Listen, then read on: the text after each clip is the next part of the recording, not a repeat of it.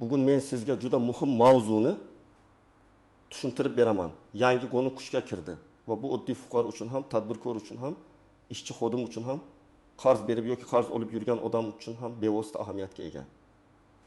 Eng katta muammo shundaki, ko'pchilik qonun kuchga kirgandan keyin ham eski odat bilan yuradi. Keyin esa jarima, rad javobi, sud, majburiy undirish yoki hujjat bekor bo'lishi kabi noxush holatlarga duch keladi. Shuning uchun bu videoni oxirigacha ko'ring. Chunki men bugun nimalar o'zgargani, kim ehtiyot bo'lishi kerakligi, kim xavotir olmasa ham bo'lishi, qaysi hujjatlarni tayyorlash kerakligi va amalda qanday yo'l tutish kerakligini sodda qilib tushuntiraman. Kanalga hoziroq obuna bo'ling, videoga like bosing. Chunki bunday ma'lumotni vaqtida bilgan odam ko'p muammoning oldini oladi. Avvalo, men bir narsani aniq aytib qo'yaman. Qonun kuchga kirgandan keyin men bilmagan edim. Menga hech kim aytmadi. Oldin bunaqa emas edi degan gaplar odatda javobgarlikdan ozod qilmaydi. Qonun rasmiy e'lon qilingan va kuchga kirgan bo'lsa, u barcha uchun majburiy hisoblanadi. Mana shu joyda ko'pchilik xato qiladi. Odamlar yangilikni ijtimoiy tarmoqdan, tanishlardan yoki ko'chadagi gaplardan eshitadi, lekin rasmiy manbani tekshirmaydi. Natijada kimdir eski namunadagi ariza topshiradi, kimdir shartnomani noto'g'ri tuzadi, kimdir belgilangan muddatni o'tkazib yuboradi, kimdir esa o'ziga tegishli imtiyozdan foydalanmay qoladi. Oldin ko'p jarayonlarda amaliyot boshqacharoq edi. Masalan, fuqaro biror ishni og'zaki kelishuv bilan hal qilib yurardi. Ayrim idoralarda hujjat kechiksa ham keyin olib kelasiz deb qabul qilinardi. Qarz yoki oldi sotdi masalasida yozma dalilga unchalik e'tibor berilmasdi. Ish beruvchi bilan xodim o'rtasidagi kelishuv ham ko'pincha faqat og'zaki bo'lardi. Endi esa yangi tartiblarning asosiy mazmuni shuki, ko'proq narsa hujjat bilan tasdiqlanishi, muddatlar aniq bajarilishi, elektron tizimlardagi ma'lumotlar tekshirilishi va har bir tomon o'z majburiyatini aniq bilishi kerak. Bu oddiy fuqaroga ham ta'sir qiladi. Chunki hayotimizdagi deyarli har bir masala hujjat, ariza, shartnoma, to'lov, ro'yxatdan o'tish yoki rasmiy javob bilan bog'liq. Men buni oddiy misolda tushuntiraman. Oldin siz biror tashkilotga ariza bersangiz, javob kechiksa, ko'pincha yana borib eslatardingiz. Tanish izlashga harakat qilardingiz yoki hali ko'rib chiqilmoqda degan javob bilan kutib yurardingiz. Yangi tartiblarda esa muddat, javobgarlik va iz qoldirish masalasi muhimlashadi. Ariza qachon berildi? Kim qabul qildi? Qaysi raqam bilan ro'yxatga olindi? Qachon javob berilishi kerak? Rad etilsa nima sabab ko'rsatilishi kerak? Bularning hammasi ahamiyatli bo'ladi. Demak, endi ariza berdim deyishning o'zi yetmaydi. Sizda ariza qabul qilinganini tasdiqlovchi hujjat, elektron raqam, SMS, kvitansiya yoki tizimdagi yozuv bo'lishi kerak. Ikkinchi katta o'zgarish shundaki, og'zaki kelishuvlarga ishonib qolish xavfi oshdi. Masalan, siz tanishingizga 1 million so'm qarz berdingiz. Oldin odamchilik bor, o'zi qaytaradi deb tilxatsiz, guvohsiz, bank o'tkazmasiz berib yuborishga uchardi. Keyin qarzdor men olmaganman yoki bu sovg'a edi desa, isbotlash qiyin bo'lardi. Endi bunday holatlarda yozma dalil, bank orqali o'tkazma, tilxat, shartnoma, chatdagi yozishmalar, audio va boshqa qonuniy dalillar juda muhim. Men har doim aytaman, yaqin odamga ham pul bersangiz, hujjat qiling. Bu ishonchsizlik emas, bu kelajakdagi nizoning oldini olish. Uchinchi o'zgarish ish munosabatlariga taalluqli. Ko'pchilik ishga kiradi, lekin mehnat shartnomasini ko'rmaydi, oylikni og'zaki kelishadi. Ish vaqti aniq belgilanmaydi. Keyin ish beruvchi, siz sinov muddatidasiz, buguncha ishlamang, oylik keyin bo'ladi desa, xodim o'z huquqini talab qilishga qiynaladi. Yangi qonunchilik talablari kuchaygani sari ish beruvchilar ham, xodimlar ham rasmiylikka e'tibor berishi kerak. Agar siz ishlayotgan bo'lsangiz, shartnomangiz bormi? Unda lavozim, oylik, ish vaqti, dam olish kuni, mehnat ta'tili. Sinov muddati yozilganmi? Shularni tekshiring. Chunki og'zaki va'da bilan rasmiy huquq bir xil narsa emas. Birinchi navbatda hujjat bilan ko'p ishlaydigan odamlar ehtiyot bo'lish kerak. Masalan, tadbirkorlar, yakka tartibdagi faoliyat yurituvchilar, ijara beruvchilar, qarz oldi perdisi qiladiganlar, ish beruvchilar, onlayn savdo qiladiganlar, qurilish va xizmat ko'rsatish sohasida ishlaydiganlar. Nega? Chunki bu toifalarda har bir xato pulga tushadi. Bir kunlik kechikish jarimaga sabab bo'lishi mumkin. Noto'g'ri rasmiylashtirilgan shartnoma to'lovini undirib olishni qiyinlashtiradi.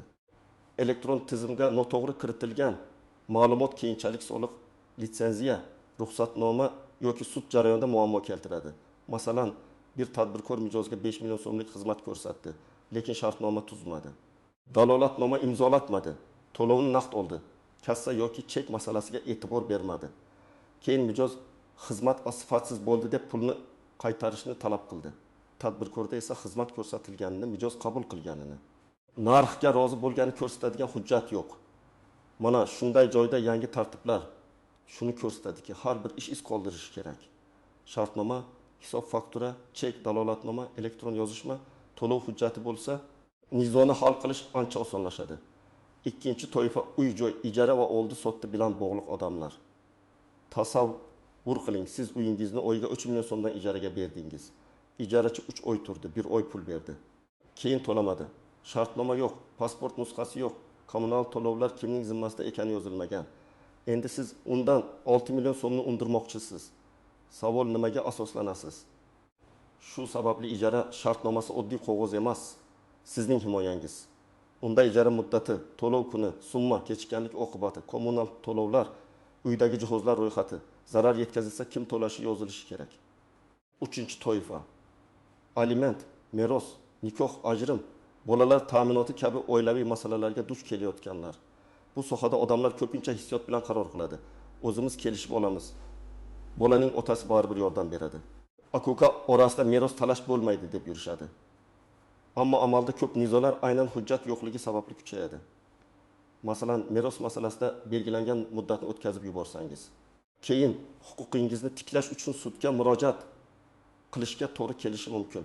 Aliment bo'yicha og'zaki kelishuv bo'lsa, keyin to'lanmagan oylarni isbotlash qiyinlashadi. Shuning uchun oilaviy masalalarda ham rasmiy yo'l eng to'g'ri yo'l. Endi men odamlarni ortiqcha vahimaga tushirmoqchi emasman. Agar siz hujjatlaringizni tartibli yuritsangiz, arizalarni rasmiy topshirsangiz, to'lovlarni bank orqali qilsangiz, shartnomalarni o'qib imzolasangiz, muddatlarga rioya qilsangiz, siz uchun yangi qonun muammo emas. Aksincha, u sizni himoya qiladi. Qonun tartibli odamga qo'shimcha g'urol beradi. Siz idoradan asosli javob talab qila olasiz. Qarzdordan pulingizni dalil bilan undira olasiz. Ish beruvchidan shartnomadagi haqingizni so'ray olasiz.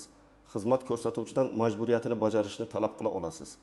Masalan, siz 22 million so'mga medal buyurtma qildingiz. Usta bilan yozma shartnoma tuzdingiz. Oldindan 4 million so'mni bank orqali o'tkazdingiz. Shartnomada yetkazib berish sanasi 20 may deb yozildi. Kechiksa har bir kun uchun penga belgilandi. Usta ishni bir oy kechiktirdi. Sizda dalil bor, summa bor, muddat bor, majburiyat bor. Bunday holatda sizning pozitsiyangiz kuchli. Ammo agar hammasi faqat telefon orqali gaplashilgan bo'lsa, pul naqd berilgan bo'lsa, hech qanday taxat bo'lmasa, usta telefonni ko'tarmasa, sizga ancha qiyin bo'ladi. Birinchi nozik jihat, hujjatni o'qimasdan imzo qo'ymang. Men amaliyotda eng ko'p ko'radigan xatolardan biri shu.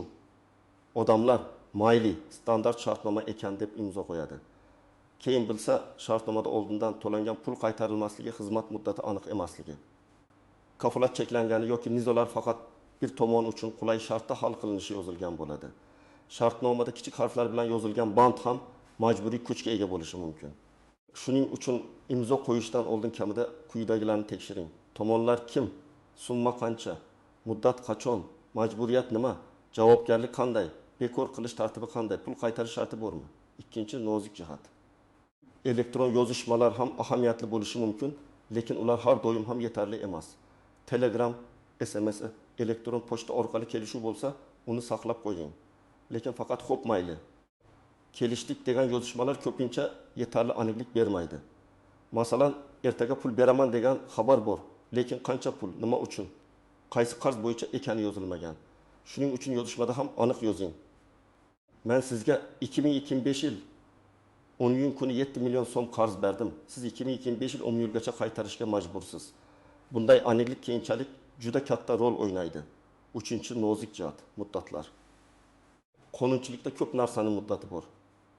Ariza berish muddati, shikoyat qilish muddati, merosni qabul qilish muddati, jarimani to'lash muddati, sudga murojaat qilish muddati, shartnomani bekor qilish haqida ogohlantirish muddati. Odamlar ko'pincha keyin boraman deb yurib, eng muhim muddatni o'tkazib yuboradi. Masalan, sizga nisbatan qaror chiqdi. Siz ro'za emassiz, lekin belgilangan muddatda shikoyat qilmadingiz. Keyin qaror noto'g'ri edi deyish ancha qiyinlashadi. Shu sababli har qanday rasmiy hujjatni olgan kuningiz kalendarga belgilang va oxirgi muddatni yozib qo'ying. 4-nozik jihat. Tanish orqali hal qilaman degan yondashuv xavfli. Qonuniy yo'lni chetlab o'tib, muammoni norasmiy hal qilishga urinish ba'zan odamni yanada katta muammoga olib kiradi. Agar sizning huquqingiz buzilgan bo'lsa, avvalo rasmiy ariza, rasmiy shikoyat, rasmiy murojaat, rasmiy dalil yo'lidan boring. Tanish yordam bersa ham yakuniy natija hujjatda aks etsin. Og'zaki va'da ertaga inkor qilinishi mumkin, lekin ro'yxatdan o'tgan ariza, javob xati, qaror yoki shartnoma dalil bo'lib qoladi. Endi men sizga aniq qadamlarni aytaman. Birinchi qadam, o'zingizga tegishli vaziyatni aniqlang. Siz ishchimisiz, tadbirkormisiz, qarz bergan odammi, ijarachimisiz, uy egasimisiz, aliment masalasidamisiz, meros masalasidamisiz yoki davlat idorasiga murojaat qilmoqchimisiz? Har bir yo'nalishda kerakli hujjatlar boshqacha bo'ladi. Muammo aniq bo'lmasa, yechim ham aniq bo'lmaydi. Ikkinchi qadam, barcha hujjatlarni bir joyga jamlang. Pasport yoki ID karta nusxasi, shartnoma, tilxat, chek, bank o'tkazmasi, SMS, Telegram yozishmalari, elektron pochta, foto, video dallama, guvohlar ma'lumoti, ariza nusxasi, javob xati, qaror, kvitansiya. Men ko'p odamlarga birinchi uchrashuvdayoq shuni aytaman. Hujjatlaringizni olib keling, chunki gap ko'p bo'lishi mumkin, lekin huquqiy masalada dalil hal qiladi. Uchinchi qadam, ariza yoki murojaatni og'zaki emas, yozma yoki elektron shaklida yuboring. Davlat xizmatlari markazi tegishli idoraning rasmiy sayti my.pong.uz kabi elektron xizmatlar, pochta orqali buyurtma xat, tashkilot devonxonasi orqali topshirish kabi yo'llardan foydalaning. Muhimi, arizangiz qabul qilinganini tasdiqlovchi belgi bo'lsin.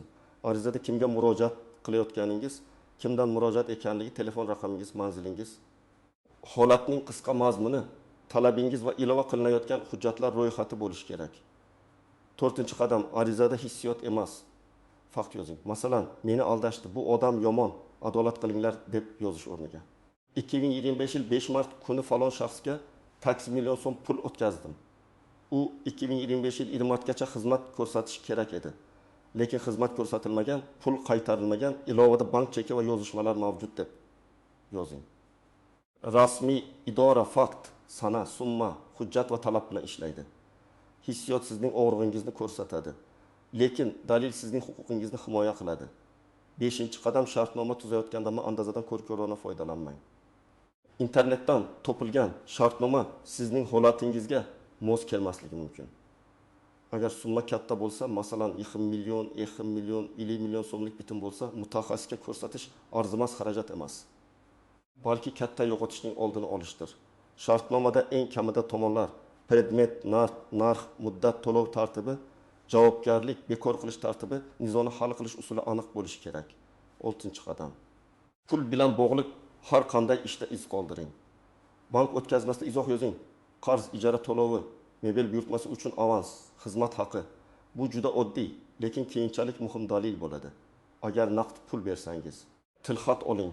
Tilxatda sana, joy, pul olgan shaxsning FIS, pasport ma'lumoti, summa, raqam va harf bilan pul nima uchun berilgani, qaytarish muddati, imzo bo'lishi kerak. Iloji bo'lsa, 2 guvoh ham bo'lsin. 7-qadam. Rasmiy javobni kuting va muddatni nazorat qiling. Ariza topshirganingizdan keyin uni unutib yubormang. Qachon topshirdingiz?